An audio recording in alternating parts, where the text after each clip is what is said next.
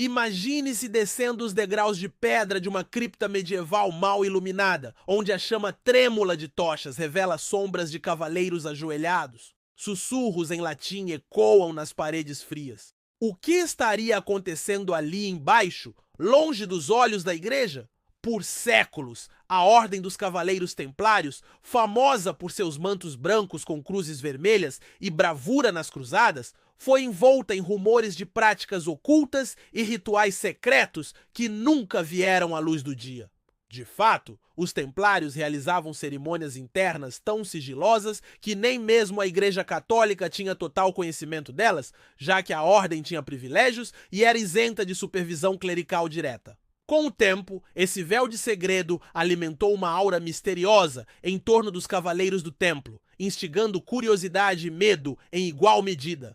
A fascinação moderna pelos templários não se deve apenas às suas conquistas militares e riqueza, mas também às lendas obscuras que os cercam. Muitos de seus procedimentos, como os rituais de iniciação, eram secretos, o que provocava desconfiança. E o poder que eles alcançaram era grande demais. Observa o historiador Jonathan Edgeler. Esse poder e mistério acumulados acabariam por atrair a ira de reis e o escrutínio da Inquisição. Na fatídica sexta-feira, 13 de 1307, o rei da França lançou uma ofensiva surpresa contra a ordem, prendendo centenas de templários sob acusação de heresia e práticas satânicas. Muitos acreditam que Filipe IV forjou tais acusações para se livrar de dívidas com os cavaleiros e tomar seus tesouros. Contudo, as chocantes confissões extraídas sob tortura, sejam elas verdadeiras ou forjadas, alimentaram ainda mais as teorias de que os templários flertavam com o ocultismo e detinham segredos proibidos.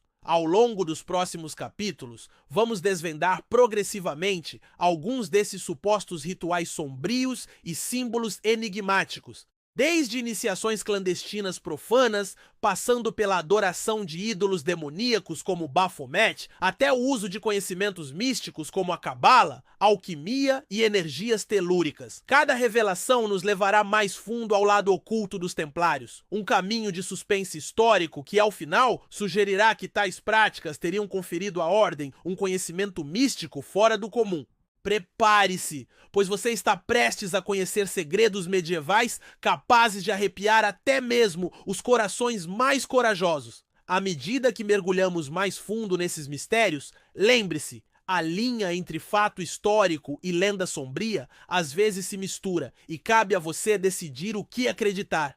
Nos relatos da época, um dos rumores mais persistentes era o de rituais de iniciação chocantes realizados pelos templários longe de qualquer olhar profano.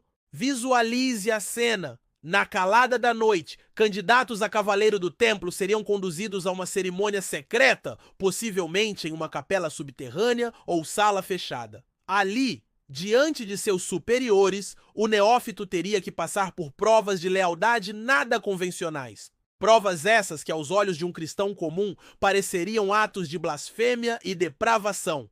Segundo acusações registradas posteriormente pelo rei Filipe IV, para entrar na ordem, o aspirante deveria negar a Cristo e profanar simbolicamente a cruz. Diversos templários, sob interrogatório da Inquisição, confessaram que no rito de admissão lhes mandavam renunciar a Jesus e cuspir sobre um crucifixo, um gesto sacrílego que causaria horror a qualquer fiel medieval.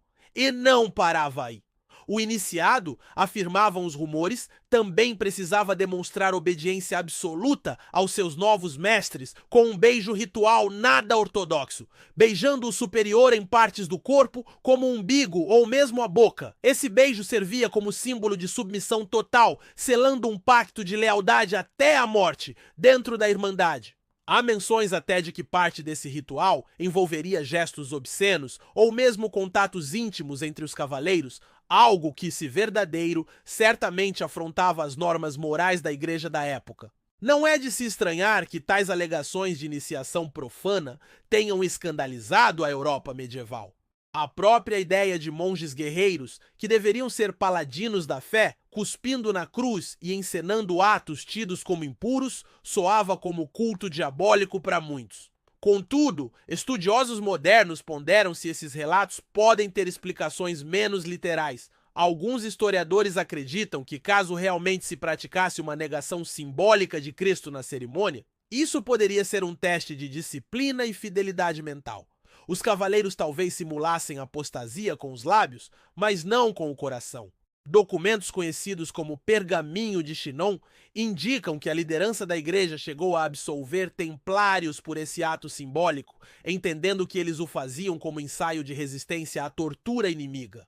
Ou seja, se capturados pelos muçulmanos, os templários já estariam treinados para aguentar humilhações e fingir renúncia à fé, sem vacilar em sua devoção interna, um tipo de teatro ritual para garantir a sobrevivência caso caíssem nas mãos do inimigo? Até que ponto esse ritual de iniciação secreta continha elementos de fato heréticos ou apenas encenações mal interpretadas? É difícil saber. Muitos templários em julgamento negaram qualquer prática indevida, enquanto outros confessaram histórias cada vez mais macabras sob intensa tortura. O certo é que o caráter clandestino dessas iniciações lançou uma longa sombra sobre a ordem. Os sussurros sobre pactos sombrios realizados em criptas contribuíram para a fama sinistra dos templários. Fosse por lealdade absoluta ou por algo mais tenebroso, aqueles que passavam por essas provações ingressavam em um círculo fechado, guardião de segredos que até hoje instigam nossa imaginação. E os sinais iniciais desse lado oculto eram apenas o começo. À medida que mergulhamos mais fundo, descobriremos símbolos e ritos ainda mais perturbadores atribuídos a esses monges soldados. A tensão aumenta conforme adentramos o cerne das acusações de heresia. A alegada adoração de um ídolo demoníaco no seio dos templários. Entre todos os mistérios templários, nenhum causa tanto arrepio quanto o nome Baphomet. Durante os interrogatórios de 1307 em diante, inúmeros cavaleiros confessaram, sob tortura, que em suas cerimônias secretas havia a presença de um ídolo sombrio chamado Baphomet, ao qual prestavam culto como se fosse uma entidade sagrada. Mas o que seria esse Baphomet? As descrições variavam e eram fragmentadas, talvez deliberadamente confusas devido ao pavor ou delírio dos prisioneiros. Alguns falaram de uma cabeça decepada, outros de uma criatura meio humana e meio bode. Houve quem mencionasse até um gato preto ou um ídolo com 3 rostos. Em todos os casos, tratava-se de algo profundamente herético e aterrador aos olhos cristãos. Uma figura que lembrava cultos pagãos ou satânicos, escondida sob os altares templários. Registros da época ligam diretamente o nome Baphomet ao processo templário. Curiosamente, a palavra não havia sido mencionada pelos inquisidores inicialmente. Ela surge nos próprios depoimentos de cavaleiros de regiões como Occitânia, sugerindo que era um termo corrente talvez em canções ou gírias entre os soldados da Terra Santa. De fato, sabe-se que já em 1098, um cronista das cruzadas mencionou que muçulmanos invocavam um Baphomet nos campos de batalha. A maioria dos estudiosos crê que Baphomet nada mais era que uma corruptela medieval de Maomé, usada pejorativamente para designar idolatria dos infiéis. Isso levou alguns pesquisadores modernos a argumentar que as acusações de culto a Baphomet seriam, na verdade, um mal-entendido. Possivelmente, os templários, em seu longo convívio com muçulmanos no Oriente, assimilaram certos hábitos ou códigos e foram acusados de muhamedanismo disfarçado pelos inquisidores. Um relato coevo afirma que um templário chegou a exaltar um ídolo, gritando "Yala!", palavra árabe para "ó Deus", enquanto beijava os pés de uma cabeça esculpida. Isso pode indicar alguma influência islâmica superficial, interpretada maliciosamente como adoração a um demônio. Por outro lado, o imaginário popular e esotérico tratou o Baphomet como algo muito mais sinistro que um mal-entendido linguístico. A ideia de cavaleiros cristãos venerando um demônio de cabeça de bode em rituais secretos era irresistível demais para não ganhar força. No século XIX, ocultistas europeus resgataram e reinventaram Baphomet como um símbolo místico. O magista francês Eliphas Lévy, em 1856, desenhou a icônica figura do Baphomet, um ser andrógeno com cabeça caprina, asas e símbolos esotéricos, representando a união do bem e do mal, do masculino e feminino. Essa imagem se fixou como símbolo de magia cerimonial e satanismo nas culturas ocultistas posteriores. Importante notar que essa aparência de bode humanoide não consta nas confissões medievais. É uma criação posterior de Levi. Nas tortuosas palavras dos templários presos, Baphomet era mais frequentemente descrito como uma simples cabeça ou crânio venerado. Ainda assim, a associação com o diabo foi imediata. Para os inquisidores, não havia dúvida de que Baphomet era um ídolo demoníaco e que os templários haviam escorregado para a idolatria pagã. As supostas missas negras templárias em honra a Baphomet povoaram a literatura e o imaginário por gerações. Pense no horror que seria, numa época de fé absoluta, imaginar monges guerreiros ajoelhados diante de uma cabeça assustadora, sussurrando preces profanas. Alguns depoimentos alegaram exatamente isso, que nas assembleias secretas, sobretudo nos capítulos mais importantes, os templários adoravam um ídolo como se fosse Deus, seu salvador. Essa figura inerte, a tal cabeça ou estátua, teria substituído Cristo em seus corações? Era o que os acusadores queriam fazer crer. Entretanto, nenhum desses ídolos de Baphomet jamais foi encontrado para comprovar materialmente o culto. Se existiram, podem ter sido escondidos ou destruídos às pressas quando a ordem caiu em desgraça.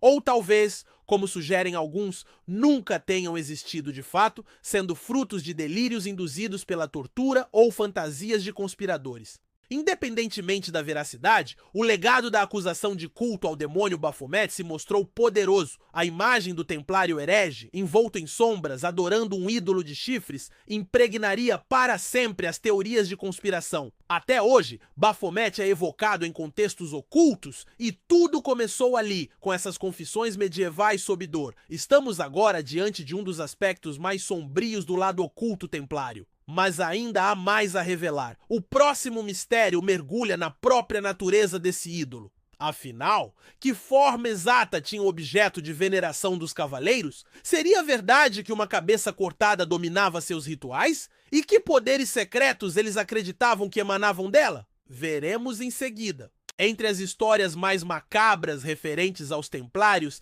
está a da misteriosa cabeça que eles teriam guardado e idolatrado em segredo.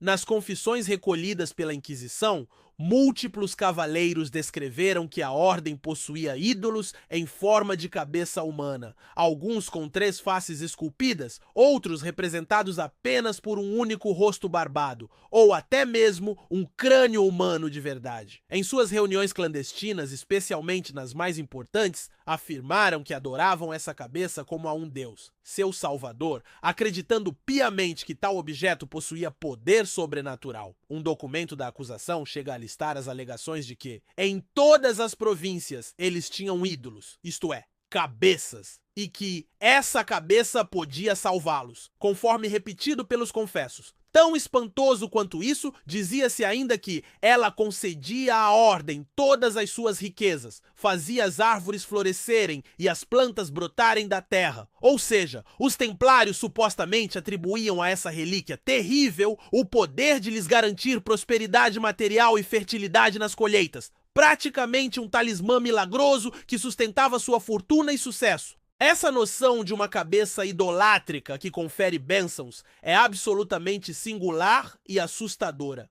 Em essência, os cavaleiros teriam deslocado sua fé de Deus para um objeto físico macabro, acreditando que a cabeça os protegeria e proveria. Tamanho desvio beirava não só a heresia, mas a pura feitiçaria aos olhos medievais. Não é à toa que no imaginário popular essa história evoluiu para a lenda da cabeça falante. Séculos mais tarde, alguns autores sugeririam que essa cabeça poderia literalmente falar oráculos aos templários, guiando-os em batalhas ou revelando segredos ocultos. Há ecos dessa ideia na cultura esotérica. A noção de cabeças proféticas aparece em outras lendas, como a cabeça mecânica atribuída ao alquimista Roger Bacon. No caso templário, não há registro explícito de fala nas confissões disponíveis, mas a crença de que a cabeça os salvava e dava prosperidade é quase um oráculo em si. Alguns templários presos mencionaram que o ídolo tinha olhos brilhantes, feitos de carvão ou pedras preciosas,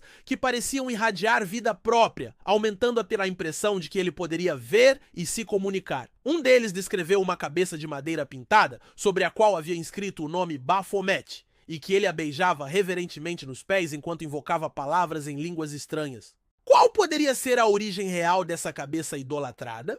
Historiadores levantaram algumas hipóteses. Uma delas é que os templários guardavam relíquias sagradas autênticas, como crânios de santos, e que essas tenham sido mal interpretadas ou deliberadamente distorcidas pelos acusadores. Sabe-se que a ordem possuía de fato cabeças relicários em seus tesouros. Um inventário menciona uma cabeça folheada a prata, identificada como Caput Elveino, outra venerada como a cabeça de Santa Eufêmia, e especula-se até sobre a preservação da cabeça embalsamada de seu primeiro grão-mestre, Hugues de Payens. Tais relíquias poderiam ser honradas de forma legítima, afinal, venerar restos de santos era comum, mas sob interrogatório se converteram em provas de idolatria pagã. Outra teoria audaciosa sugere que a famosa cabeça do Baphomet era, na verdade, o Santo Graal sob outra forma, não um cálice, mas sim a cabeça mumificada de João Batista, que os templários teriam encontrado na Terra Santa e guardado em sigilo. João Batista, o profeta decapitado, é uma figura envolta em misticismo e, na simbologia esotérica, sua cabeça às vezes representa a transmissão de conhecimento secreto. Se os templários realmente acreditavam possuir a cabeça de João, não seria absurdo que a tratassem como um objeto de culto capaz de falar, no sentido de inspirar visões proféticas. Contudo, isso permanece especulação. Oficialmente, nada no processo templário menciona João Batista. Fato é que a ideia de uma cabeça mágica dentro do cofre templário espalhou terror e curiosidade. Para os acusadores da igreja, era a confirmação de práticas necromânticas, uma seita de cavaleiros que adora restos mortais e os anima com supostos poderes demoníacos. Para os amantes de mistérios, tornou-se peça-chave do enigma templário. O que era essa cabeça, afinal? Seria apenas um bode expiatório fictício ou realmente escondia algum segredo antigo? Muitos afirmam que, se existiu, a cabeça idolatrada poderia conter conhecimento arcano, inscrições cabalísticas talvez, ou um mapa para algum tesouro espiritual. Alguns pesquisadores modernos, como Ian Wilson, especularam até que a cabeça dos templários poderia referir-se ao Santo Sudário de Turim, dobrado de forma que mostre apenas o rosto de Cristo, dando a ilusão de uma cabeça miraculosa. Essa hipótese tentaria explicar a crença no poder de salvação associado à imagem. Infelizmente, ou propositalmente, nenhum traço concreto desse objeto sobrevive. Tudo o que temos são relatos forçados e lendas tardias. Ainda assim, o símbolo da cabeça esotérica consolidou-se como parte essencial do lado oculto templário. Ao juntar as peças, começamos a ver um padrão: iniciações blasfemas, adoração a um ídolo Baphomet, veneração de uma cabeça misteriosa. A ordem, sob essa luz sombria, aparece quase como uma sociedade secreta iniciática, com doutrinas ocultas e fetiches místicos. Mas haveria mais camadas nesse segredo? Os templários teriam buscado não apenas objetos e ritos, mas também conhecimento proibido, fórmulas mágicas, saberes antigos esquecidos? A seguir, exploraremos as teorias de que eles realmente mergulharam em estudos esotéricos profundos, incluindo a enigmática Cabala e a prática da alquimia. Uma ordem militar de monges poderia ter interesse em doutrinas místicas judaicas? À primeira vista, parece improvável, mas várias teorias sugerem que os templários, durante suas andanças no Oriente e contatos com sábios locais, adquiriram conhecimentos esotéricos profundos, incluindo a antiga tradição da Cabala. A Cabala é a vertente mística do judaísmo, desenvolvida especialmente a partir do século XII na Europa e Oriente Médio, e lida com interpretação secreta das escrituras, nomes ocultos de Deus, numerologia, gematria e os caminhos da árvore da vida. Segundo alguns autores, os cavaleiros do templo tiveram acesso a manuscritos e ensinamentos cabalísticos durante o tempo em que escavaram sob as ruínas do Templo de Salomão, em Jerusalém. Lendas templárias frequentemente afirmam que eles encontraram documentos e tesouros ocultos nessas escavações entre 1119 e 1128, quando estabeleceram seu quartel-general na mesquita de Al-Aqsa, localizada sobre o antigo templo.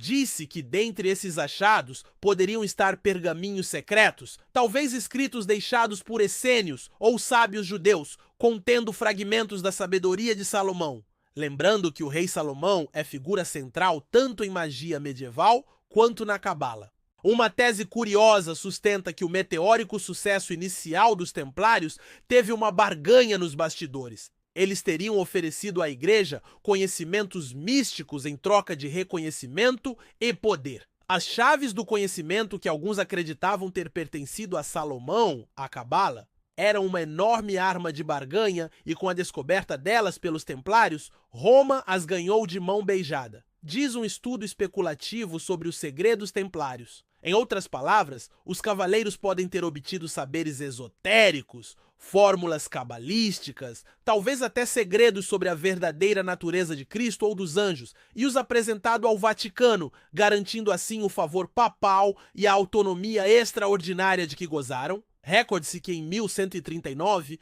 uma bula papal tornava a ordem isenta de responder a qualquer autoridade exceto o Papa. Embora não haja prova documental dessa troca, a hipótese alimenta a imaginação que segredos místicos poderiam ter tanto valor quanto ouro aos olhos da igreja. Alguns indícios apontam para ligações entre templários e círculos cabalísticos. Sabe-se, por exemplo, que a cidade de Troyes, na França, onde em 1129 ocorreu o concílio que oficializou a regra da ordem templária, era um centro de estudos cabalísticos na época. Bernard de Clairvaux, mentor espiritual dos templários, tinha familiares e conhecidos imersos no esoterismo judaico da região. Coincidência ou não, foi em Troyes que, cerca de 50 anos depois, o poeta Chrétien de Troyes escreveu o primeiro romance do Graal, conectando templários, ainda que indiretamente, a uma busca mística por uma relíquia divina.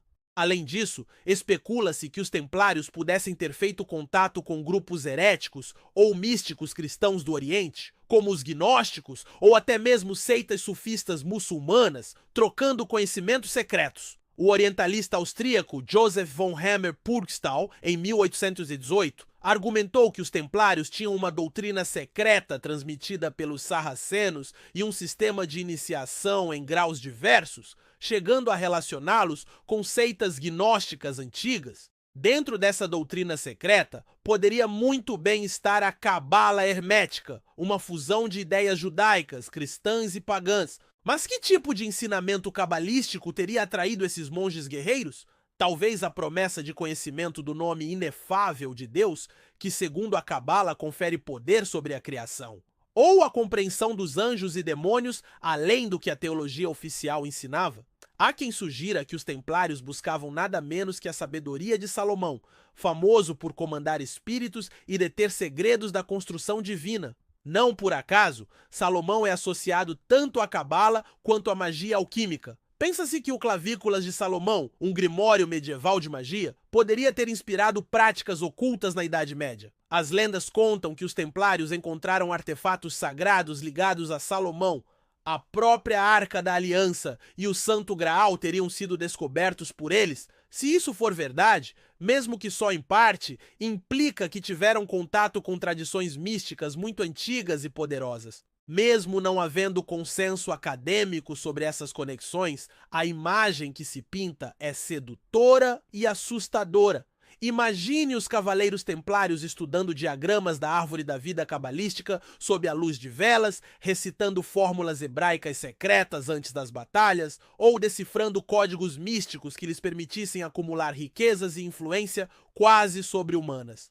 Afinal, para muitos contemporâneos, a rápida ascensão dos templários, de 9 cavaleiros pobres a banqueiros de reis em poucas décadas, era difícil de explicar racionalmente. Daí a surgir a teoria de que forças ocultas estavam em jogo foi um pulo. Os templários, vistos agora como magos disfarçados de monges, teriam recorrido a todos os meios de obter vantagem, e isso inclui o estudo das artes proibidas. Se a cabala lhes dava conhecimento dos mistérios divinos, a alquimia poderia oferecer o domínio sobre a matéria e a riqueza. É exatamente esse o próximo aspecto a explorar. Os templários foram acusados também de praticar alquimia e outras magias negras. Vejamos o que se comenta sobre isso. Durante a Idade Média, acusar alguém de bruxaria ou feitiçaria era gravíssimo, e os templários não escaparam dessas insinuações.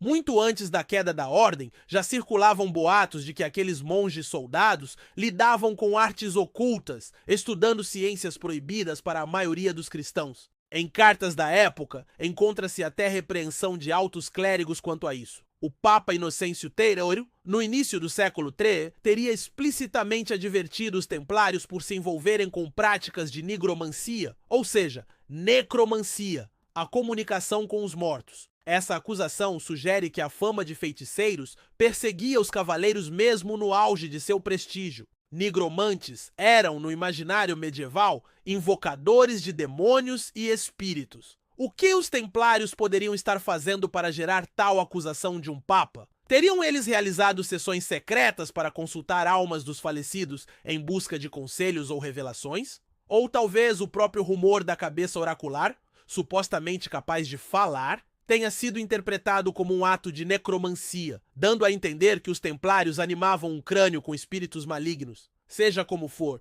onde há fumaça, há fogo. Essa reprimenda papal indica que a igreja via com preocupação certos comportamentos esotéricos na ordem. Além da necromancia, a alquimia é frequentemente citada entre os supostos interesses templários. A alquimia, a precursora da química, envolvia muito mais do que tentar transformar chumbo em ouro. Era um sistema filosófico e místico que buscava tanto a transmutação de metais quanto a iluminação espiritual. A pedra filosofal seria tanto uma substância miraculosa quanto um símbolo da perfeição da alma.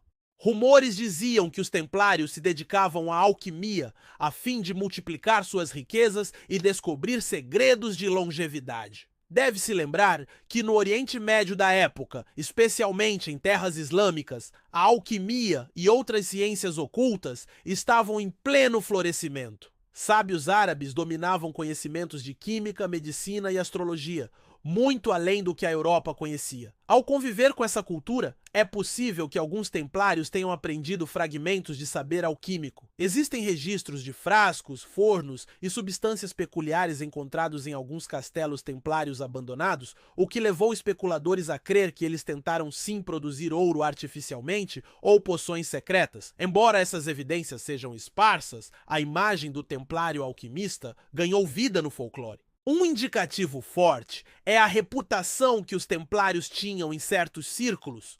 Durante a existência da ordem, eles viveram sob o mito de serem magos, feiticeiros e adeptos dos segredos da alquimia, conforme apontado em estudos históricos alternativos. Ou seja, muitos contemporâneos acreditavam que aqueles cavaleiros sabiam algo sobre a arte da transmutação, a rapidez com que enriqueceram, criando um sistema bancário rudimentar, sim, mas quem sabe impulsionado por outros meios, fez alguns desconfiar que eles detinham literalmente a pedra filosofal. Um autor chegou a sugerir, talvez ironicamente, que os templários descobriam ouro onde ninguém mais via. Essa insinuação poderia tanto se referir à sua habilidade de gestão financeira quanto a um possível dom alquímico. Cientes ou não de alquimia, os templários certamente lidavam com símbolos e códigos que lembram os usados por ocultistas. Suas capelas e fortificações traziam inscrições estranhas, signos astrológicos às vezes disfarçados em decoração. Há quem interprete, por exemplo, que em Tomar, quartel templário em Portugal, o formato octogonal da igreja e certas esculturas seriam alusões a conceitos alquímicos e herméticos. O octógono número 8 relaciona-se à regeneração,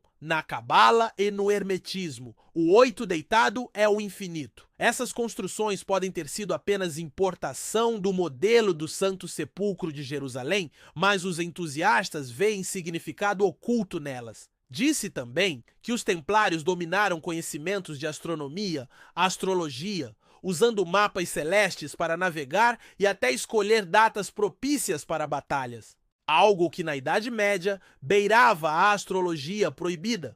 Outro ramo de magia frequentemente associado a eles é a magia salomônica, derivada das lendas do rei Salomão controlando djinns e demônios. Se de fato acharam manuscritos sob o templo, poderiam incluir fórmulas para invocar ou subjugar entidades. A acusação de demonolatria poderia derivar disso. Imaginemos que alguns templários praticassem rituais de proteção invocando anjos ou espíritos bíblicos. A fronteira entre isso e heresia seria tênue e facilmente distorcida em "eles invocam demônios". Durante os interrogatórios, alguns cavaleiros mencionaram saber de palavras secretas e nomes estranhos pronunciados em ritos internos. Essas poderiam muito bem ser nomes angelicais ou infernais aprendidos em grimórios. Seja em perseguição de riqueza material ou de iluminação espiritual, o fato é que a lenda dos templários alquimistas e feiticeiros perdurou.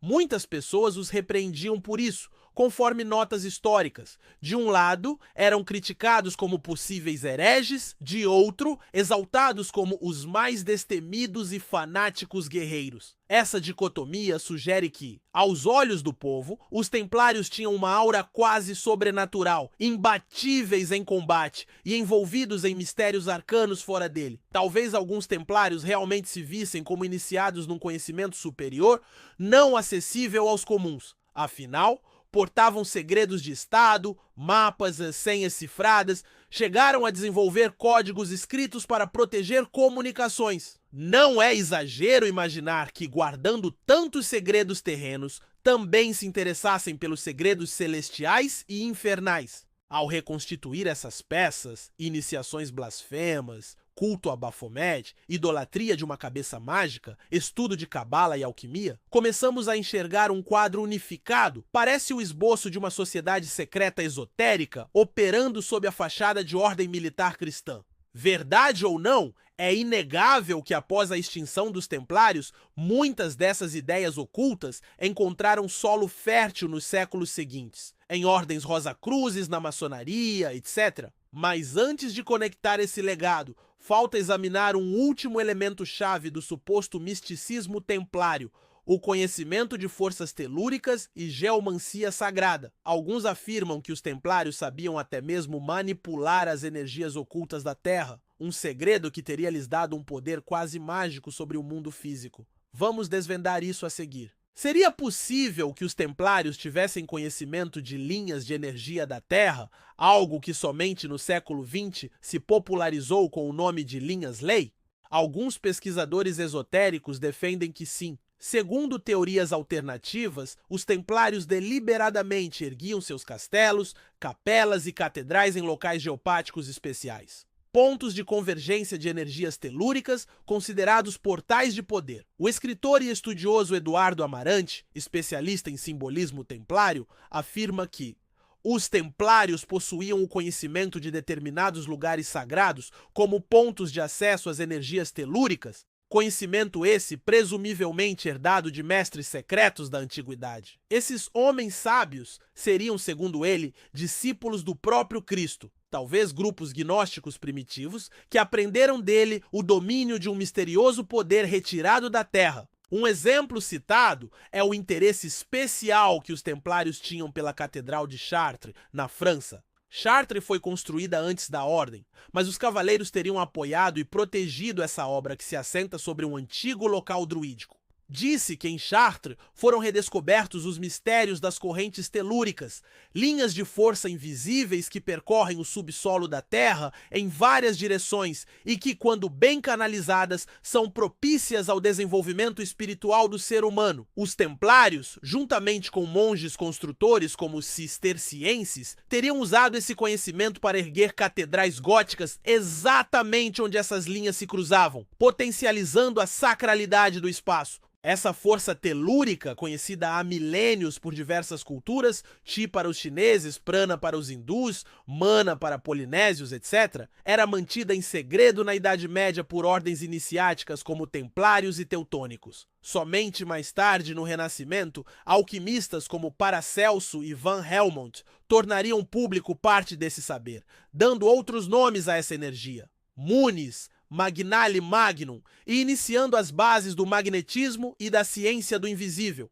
Segundo essa visão, os templários funcionavam quase como guardiões de pontos nevrálgicos do planeta. Onde fundavam uma capela ou castelo, não era ao acaso. Avaliavam o terreno, procuravam venas de água subterrânea, alinhamentos astronômicos e monumentos antigos. É notável que muitos antigos redutos templários estão próximos a sítios megalíticos ou rotas de peregrinação antiquíssimas, sugerindo uma continuidade de uso sagrado do local. Em Portugal, por exemplo, o Castelo de Tomar, sede dos templários portugueses, foi erguido numa colina que, além de estrategicamente dominante, tinha tradição mítica e depois se conectou à lenda do Quinto Império.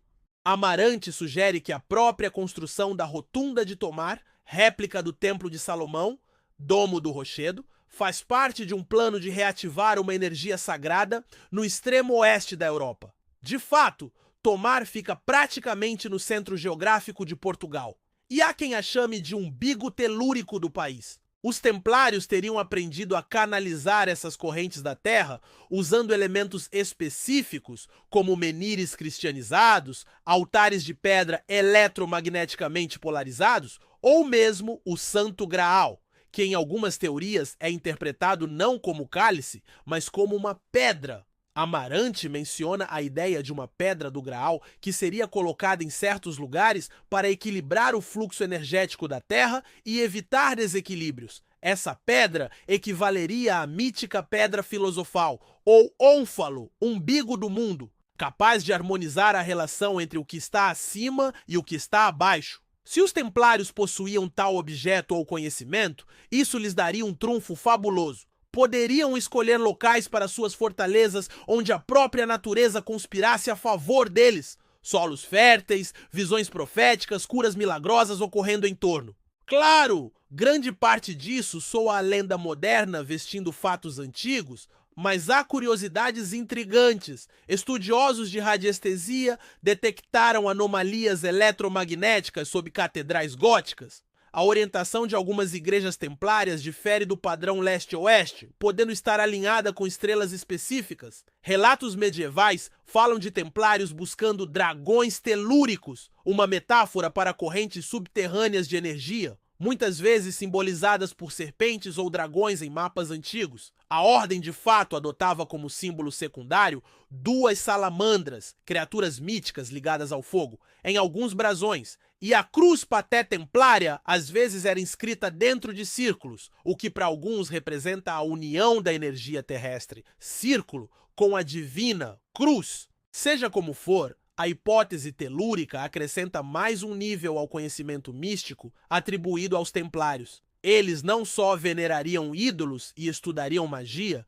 mas entenderiam o próprio código oculto da Terra. Se as linhas são portadoras de energias misteriosas, sobre as quais desconhecemos sua utilidade e poder, então o desequilíbrio de tal sistema só poderia ser retificado através da sua reativação por meio de uma pedra sagrada. Daí que, ao longo dos séculos, essas ideias tivessem sido guardadas por iniciados, transmitidas apenas àqueles que jamais as divulgariam, escreve Amarante, indicando que os templários e sucessores ocultaram bem esses segredos. Ele alerta que o uso indevido de correntes de pensamento negativas através do sistema de linhas traria consequências terríveis. Essa sombria ressalva dá a entender que os templários acreditavam manejar forças perigosas e, por isso, mantinham sigilo absoluto, sob pena de tais poderes caírem em mãos erradas. Se juntarmos todas as peças apresentadas até agora, podemos tentar enxergar o propósito oculto final desses rituais e saberes.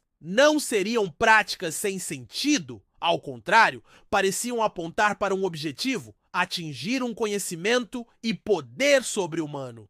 Negar Cristo simbolicamente poderia libertar a mente do iniciado para verdades além da doutrina oficial.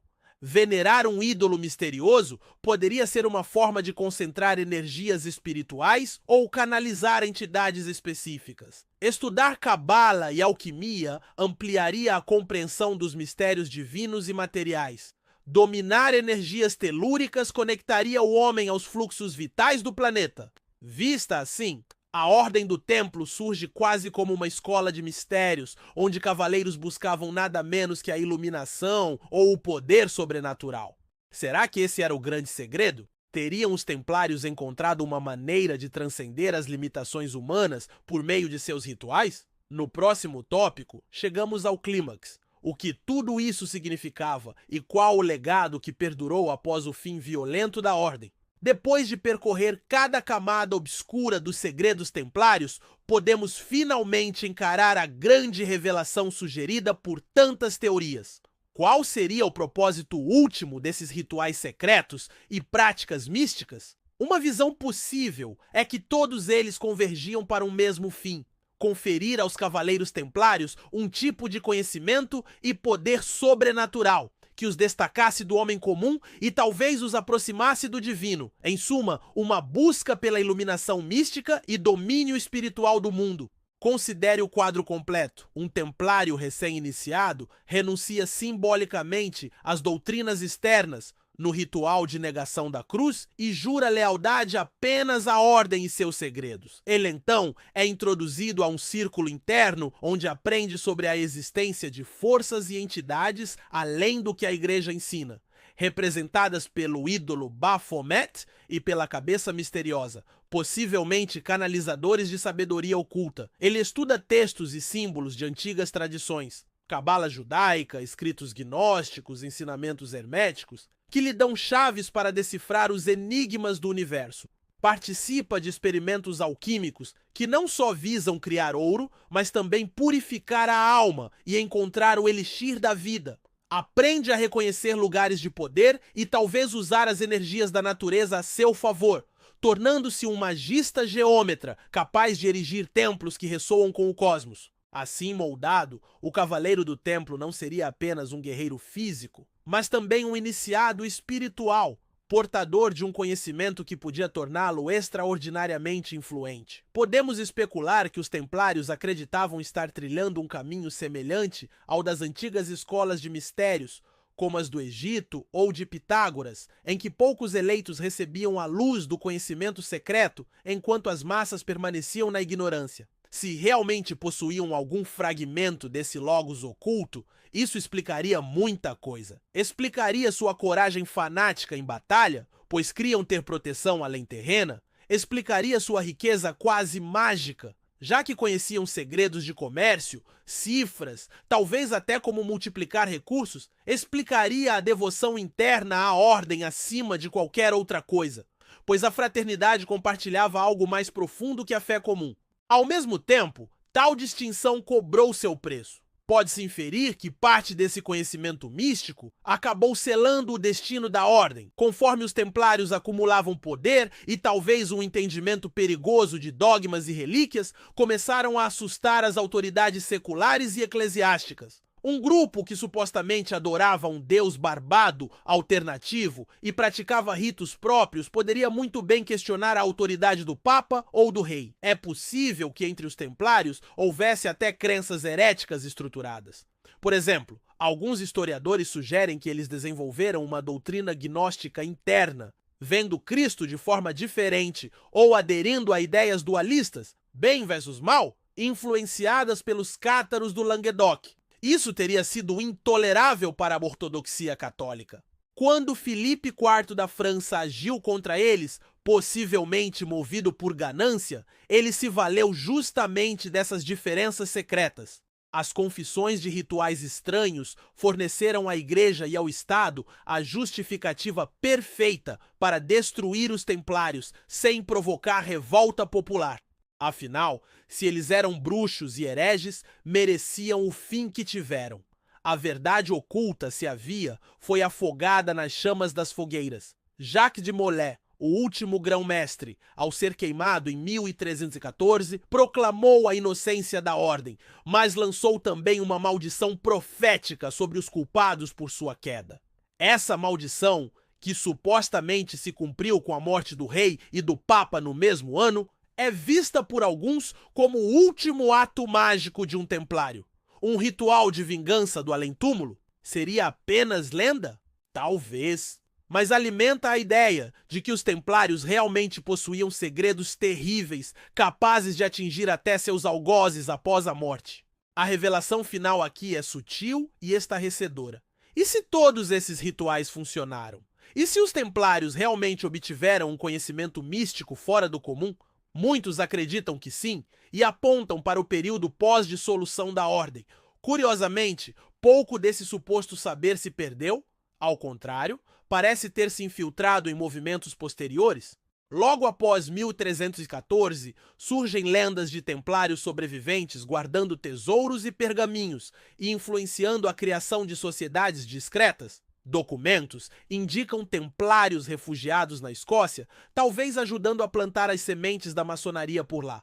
Não por acaso, rituais maçônicos dos graus mais altos evocam a herança templária, com simbologia cavaleiresca e segredos alegóricos da mesma natureza dos que discutimos: caveiras, palavras de passe, lendas do Templo de Salomão.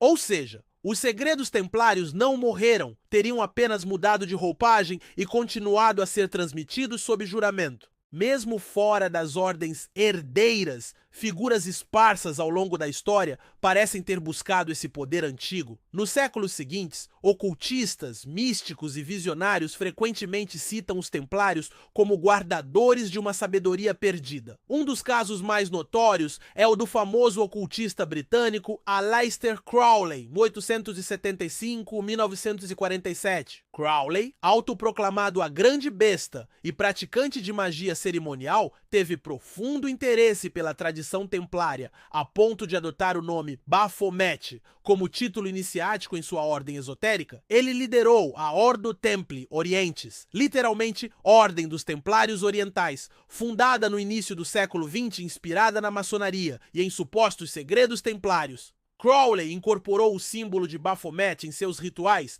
Por exemplo, na missa gnóstica da OTO, Baphomet é reverenciado como um princípio de sabedoria oculta. Essa conexão direta mostra como, centenas de anos depois, a lenda templária ainda era vista como fonte de poder real.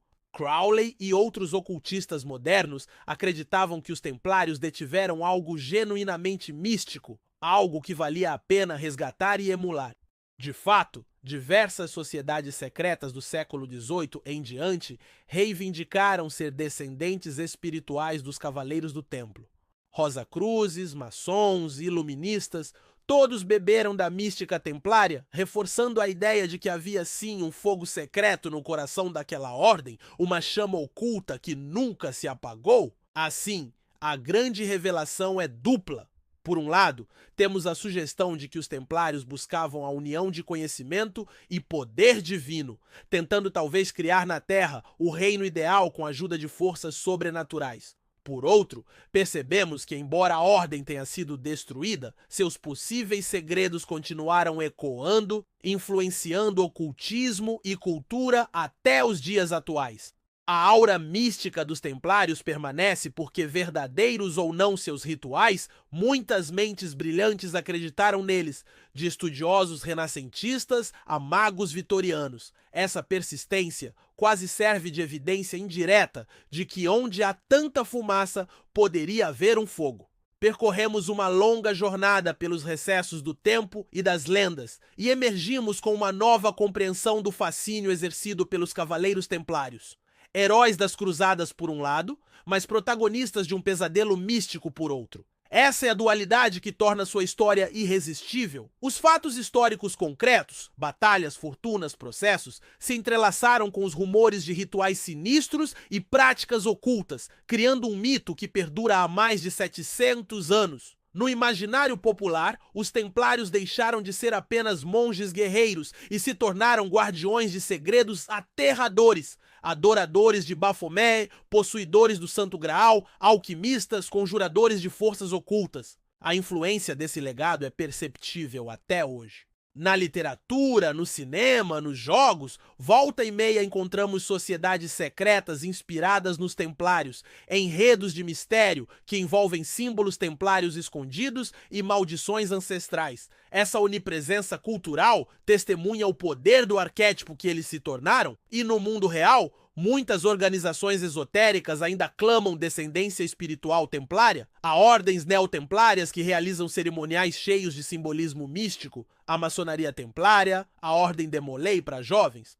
cujo nome homenageia o último grão-mestre, e até grupos ocultistas extremos como a Ordo Templi Orientis já citada. Todas beberam da mesma fonte lendária, reafirmando a ideia de que algo de místico real havia nos templários, ou pelo menos naquilo que eles simbolizam. Mas, ao final, resta a pergunta: o quanto de tudo isso é verdade? Teriam mesmo os templários praticado ocultismo e detido poderes misteriosos, ou foram vítimas de difamação e suas lendas místicas são criações posteriores? A resposta talvez nunca seja plenamente conhecida. Os documentos históricos oficiais, como o Pergaminho de Chinon, inocentam a ordem das heresias formais, sugerindo que muitas confissões foram fabricadas. Porém, a ausência de provas não foi suficiente para extinguir as especulações. Parece haver uma necessidade quase psicológica de acreditar que por trás de tanta potência militar e econômica houvesse algo além do comum, um combustível secreto. Onde a história não preenche, a imaginação o faz. Talvez os Cavaleiros Templários sejam, em última análise, um espelho.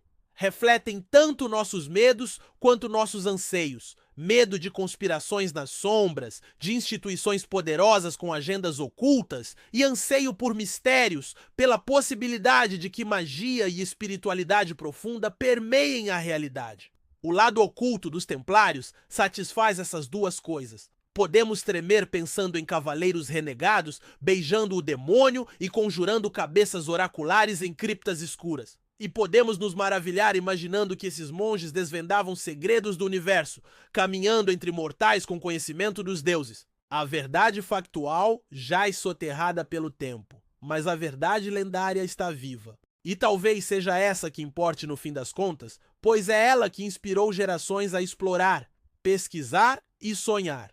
O lado oculto dos Templários continua a nos intrigar porque toca naquele desejo de que o mundo tenha mais camadas do que vemos. Camadas de simbolismo, rituais e misticismo esperando para serem reveladas. Enquanto houver quem conte suas histórias em sussurros ou em vídeos de terror histórico, os Templários não terão realmente morrido em 1314. Sua chama oculta permanece acesa, dançando entre fatos e fábulas, iluminando cantos escuros da história. No apagar das luzes fica a cena final. Uma fortaleza templária em ruínas à meia-noite. O vento passa pelas pedras antigas como um lamento. Dizem que em noites assim ainda se pode ouvir, vindo debaixo da terra, cânticos distantes, ecos de missas secretas de um tempo perdido. Seriam apenas o sussurro do vento? Ou o espírito dos templários guardando seus rituais para toda a eternidade? Essa pergunta deixamos ao seu discernimento. A verdade oculta se revelou agora. Mas novos mistérios sempre podem estar à espreita, pois a lenda nunca morre. Fim dos registros? Ou seria apenas o começo de outra busca?